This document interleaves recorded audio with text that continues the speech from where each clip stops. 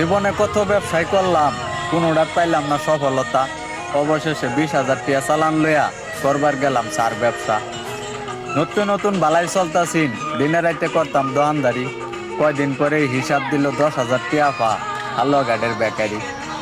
মাথা চুক্তি বাহি খাইবো, 1 মাস পরে দিব বিল। 28 দিনের মাথার কাস্টমারের চেহারাই দিই না, কামের লগে পাইলাম না কোনো মিল। ঠান্ডা আমার বাহি খায়া জ্বালাই দিছে লাল বাতি।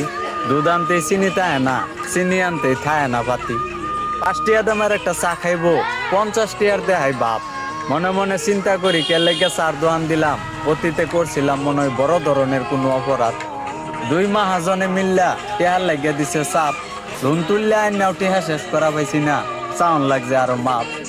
দোহান বেচা কারেন্ট বিল আর ঘর ভাড়া দিতে দিতেই টেয়া হয়ে গেছে শেষ। এলাকার কত মানুষের ট্রেন বাহি টেয়া ভাই, অনেক সাধু রূপে সাহায্য দর